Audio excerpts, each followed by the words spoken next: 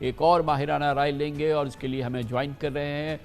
پاکستان تحریک انصاف کے سابق وزیر خزانہ، وزیر منصوبہ بندی، کاروباری، کارپوریٹ امور کے ماہر، معاشی امور کے ماہر جناب اسد عمر۔ بہت بہت شکریہ اسد عمر صاحب۔ بظاہر ایسا لگتا ہے کہ پرسکرپشن جو ہے، جو کہ پہلے کئی بار لکھی گئی، آئی ایم ایف نے ایک بار پھر ہمارے لیے ایک بہت ہی بڑی اچھی سی ایک پرسکرپشن علاج تجویز کر دیا ہے، اور بظاہر ایسا لگتا ہے کہ حالات ایسے ہیں کہ شاید اس علاج پر، اس پرسکرپشن پر عمل ہوگا اور پاکستان شاید ایک روشن راستے پر آگے بڑھ سکتا ہے۔ جی بالکل درست، ظاہر ہے خواہش تو یہی ہوگی، آپ کی بھی میری یہی خواہش ہے، میری بھی یہی خواہش ہے، اور امید بھی یہی رکھنی چاہیے کہ ہم اسی طریقے سے بہتری کی طرف جائیں گے اس 9 ماہ کے اندر۔ اگر ہم نے صحیح اقدامات کر لیے، صرف وہ ایک پالیسی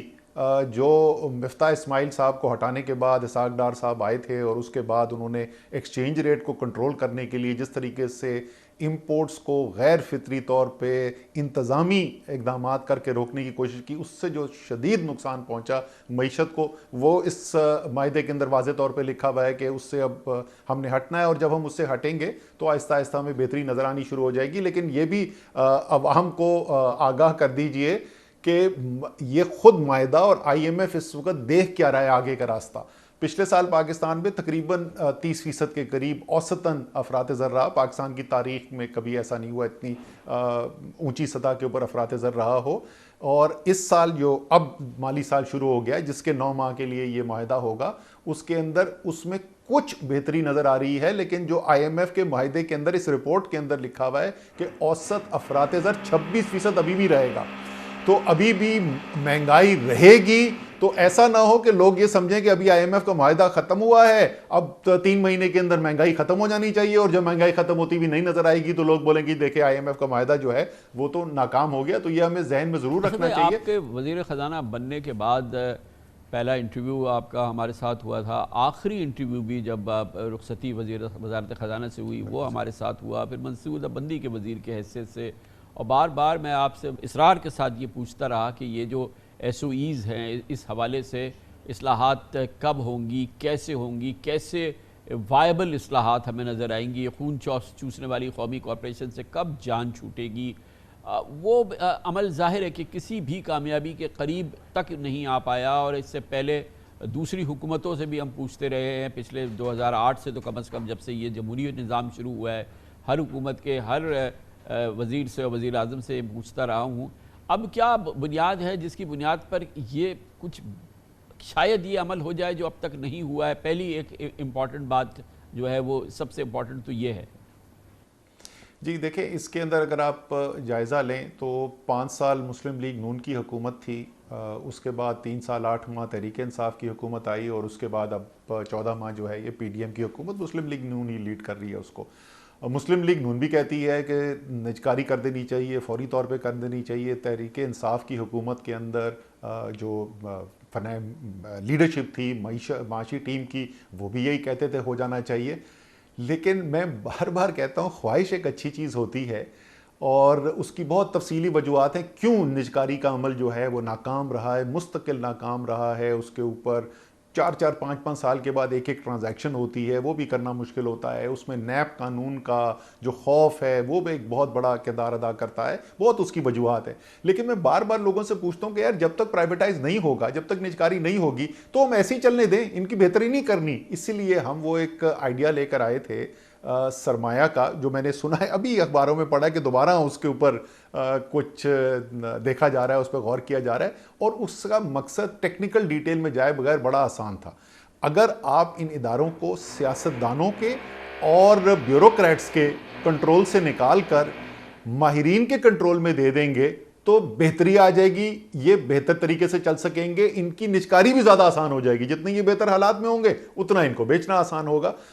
میری تو ناقص رائے کے اندر وہ سلوشن تھا۔ میں آج بھی اس میں یقین رکھتا ہوں کہ ہمیں جب تک اس کی گورننس سٹرکچر میں فوری طور پر تبدیلی نہیں رہیں گے، ہم نجکاری کے پروگرام کے اندر بھی کامیابی نہیں حاصل کر سکتے۔ اسد بھائی یہ بھی بتائیے اپنے طویل تجربے کی روشنی میں، جو سب سے بڑا ہدف ہے پاکستان کی معاشی اصلاحات کا کہ پاکستان کی ٹیکس بیس بہتر کی جائے، یہ وہ بدنصیب ملک ہے جس کا tax to G D P ratio مسلسل کم ہو رہا ہے۔ ہم ان بدنصیب ترین ممالک کی فہرست میں شامل ہیں کہ جہاں پر ایک miserable tax to G D P ratio ہے، گویا کہ ہمارا معیشت میں ٹیکس کا شمار بہت کم ہے، بے پناہ کم ہے۔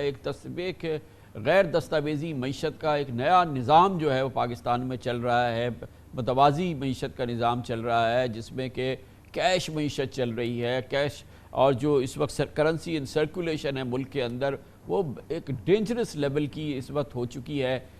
سر کیسے اس سے چھٹکارا پایا جا سکتا ہے؟ اب تو آپ کا بڑا وسیع تجربہ ہے، اور اب جو بھی آج ہے یا کیئر ٹیکرز ہیں یا آنے والے جو ہیں، اس کے بغیر تو ہم ایک قدم آگے نہیں بڑھ سکتے۔ وہ کیا ہے جو اب تک نہیں کیا گیا، اور کیا کوئی سہل طریقہ ہے جس سے کہ ہم جان چھڑائیں اس کیش معیشت سے، غیر دستاویزی معیشت سے، اور ایک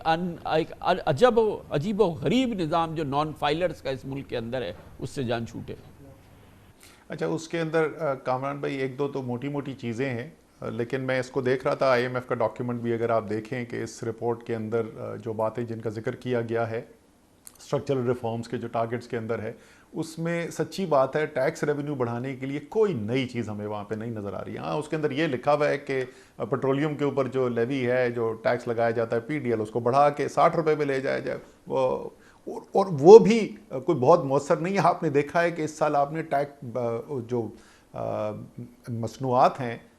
تیل کی مصنوعات ہیں، اس کے اوپر ٹیکس کی شرح کے اندر بے تحاشا اضافہ کیا۔ ٹیکس ریونیو میں آپ کو وہ اضافہ نہیں نظر آیا، کیونکہ جب آپ نے مہنگی کی چیز تو اس کی سیلز کم ہو گئی، اور اس کے نتیجے میں جو ریونیو کا اضافہ تھا وہ اس کے قریب بھی نہیں تھا جس کو ہم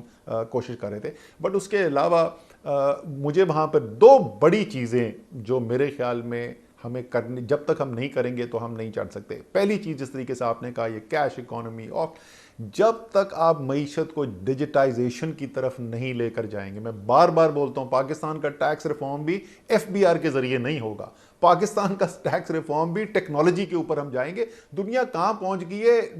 انڈیا میں بھکاری کھڑا ہوا QR کوڈ کے اوپر بھیک لے رہا ہے، ہم جو ہیں وہ ڈیجیٹائزیشن کے اوپر، وہ ایک بڑی تفصیل کی بات ہے، کیا غلطیاں کر رہے ہیں ابھی، اتنی بیسک غلطیاں کر رہے ہیں، بنیادی غلطیاں وہاں پہ کر رہے ہیں۔ کبھی ٹیلی کام کمپنیز والوں کو بلائیں نا اپنے پروگرام پہ، ان سے پوچھیں کہ ہم کس طریقے سے اس سیکٹر کے ساتھ ڈیل کریں، بہت بڑا ہم نقصان کریں۔ ایک تو ڈیجیٹائزیشن ہی سب سے بڑا حل ہے ٹرانسپیرنسی لانے کا، معیشت کے اندر ریکارڈ،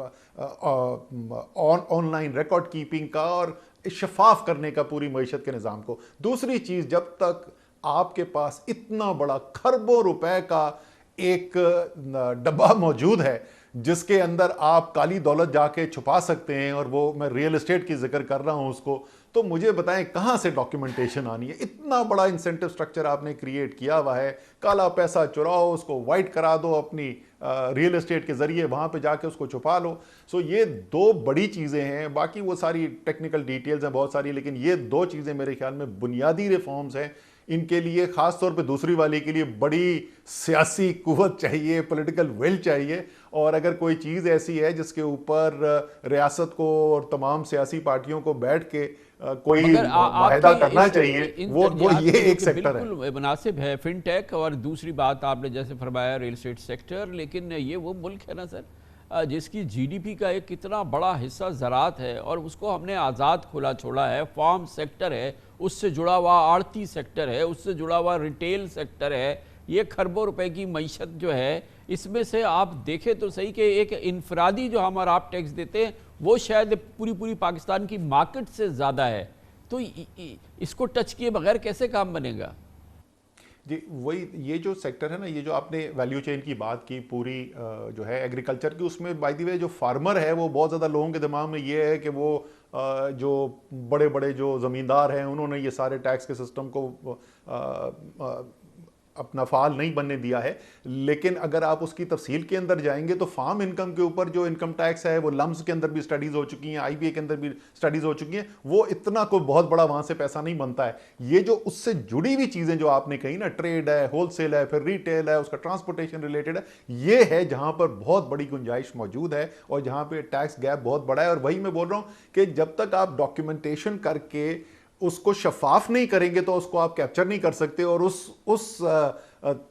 تگ و دو کے اندر ہم لگے ہوئے پچھلے 20 سال سے، میں تو اس نتیجے میں پہنچا ہوں کہ جس وقت تک آپ یہ پورے ویلیو چین کو ڈیجیٹائز نہیں کرتے اس وقت تک آپ یہ کیپچر نہیں کر سکیں گے جو اس کا ٹیکس پوٹینشیل ہے۔ تھینک یو سو مچ، بہت بہت شکریہ۔